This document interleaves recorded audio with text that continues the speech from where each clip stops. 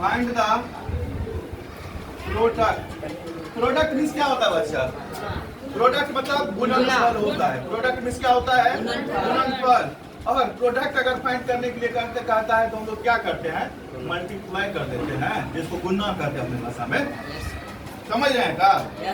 अरे वाह, आप तो समझदार हैं। 2.397 मल्टीप्लाइड बाय 100। 100 में क्या को जीरो बच्चा? पॉइंट कहाँ चला आएगा? 2 डिजिट और राइट चला जाएगा। Equal to 239.7। मतलब यहाँ पर 2 के जस्ट बाद है तो यहाँ पर 2 डिजिट आगे 3 और 9 होता है, 9 के जस्ट बाद पॉइंट हो जाएगा। ये आंसर हो जाएगा। समझे का? दूसरा वाला तरीका बता ही दिया है। चलिए देखिएगा, क्वेश्चन नंबर कौन सा बच्चा?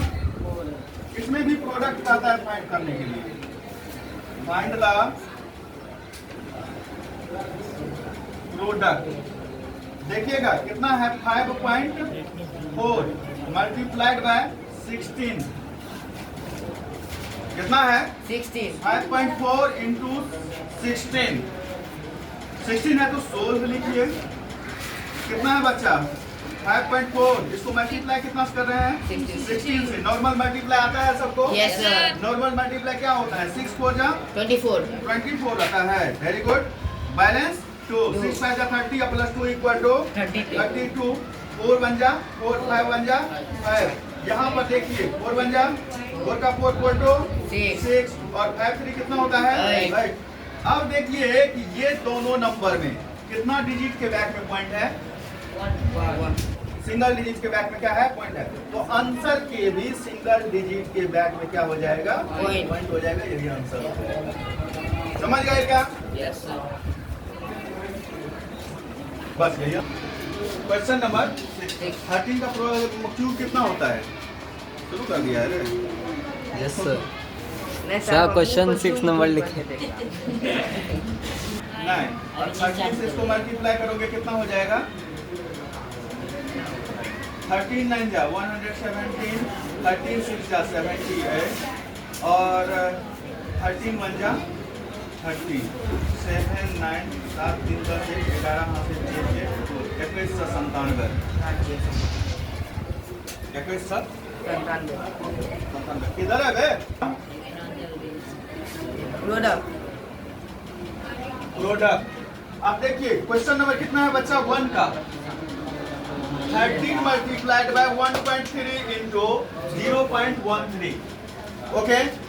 अब मान लेते हैं कि इसके बैक में भी पॉइंट नहीं है, इसके बैक में भी पॉइंट नहीं है। तो अगर पॉइंट हम मान लेते हैं नहीं है तो क्या है? 13 इंटू 13 इंटू 13। तो 13 का स्क्वायर होता है 169 और 13 का क्यूब कितना हो जाता है बच्चा? 13 का क्यूब हो जाता है 2197। मतलब 2197। अब जब आंसर हम लिख देते हैं तब याद करेंगे, ओ इसमें तो पॉइंटो है। इसमें क्या है? पॉइंट है। तो पॉइंट कितना डिजिट के बैक में है? 2 डिजिट के बैक में यहाँ और 1 डिजिट के बैक में यहाँ। तो टोटल कितने डिजिट के बैक में पॉइंट है? 2 1 3। तो यहाँ भी राइट हैंड साइड से 3 डिजिट काउंट कीजिए। 1 2 3 डिजिट के बैक में पॉइंट डाल दीजिए। यही क्या हो जाएगा? आंसर है लॉलीपॉप।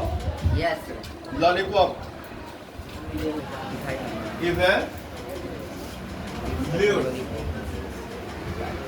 अब देखिए वैल्यू किसको कहता है?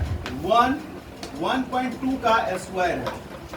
हम लोग को पता है 1.2 पॉइंट्स अगर हटा देते हैं तो कितना होता है? 12 हो जाता है। 12 का स्क्वायर कितना होता है?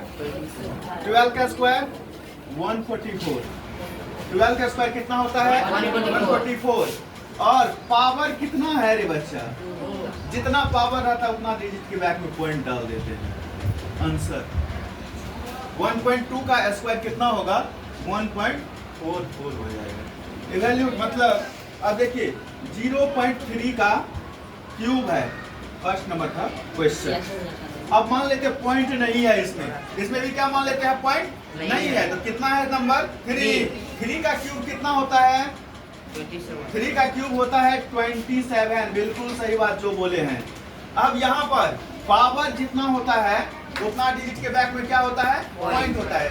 तो यहाँ पर 3 पावर है तो 3 डिजिट के बैक में पॉइंट होगा, लेकिन यहाँ पर नंबर कितना है बच्चा? 2 ही गो है। तो 3 बनाने के लिए बैक में 0 लगाना पड़ेगा, यानी कि 3 डिजिट ऐसे बनाएंगे कि इसका वैल्यू भी चेंज ना हो, इसका वैल्यू भी चेंज ना हो और 3 डिजिट का नंबर भी बन जाए। तो आगे अगर 0 लगाएंगे तो 270 हो जाएगा, 27 के बराबर तो नहीं रहेगा।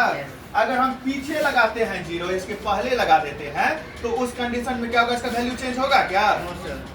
01 रहेगा। 01 का वैल्यू कितना होगा? 1 होगा। 02 का वैल्यू कितना होगा? 2 ही होगा। अगर 2 के राइट हैंड साइड 0 लगाते हैं तब क्या होता है? 20 हो जाता है। आगे अगर हम राइट हैंड साइड लगाते हैं तो उसका वैल्यू चेंज हो जाता है, लेकिन लेफ्ट हैंड साइड लगाते हैं तो उसका वैल्यू अनचेंज रहता है। अनचेंज मतलब नहीं बदलता है। तो 3 डिजिट हो गया। अब 3 डिजिट के बैक में क्या कीजिए? पॉइंट लगा दीजिए और अच्छा लगने के लिए पॉइंट से पहले भी 0 लिख दीजिए। यही क्या आपका हो जाता है आंसर।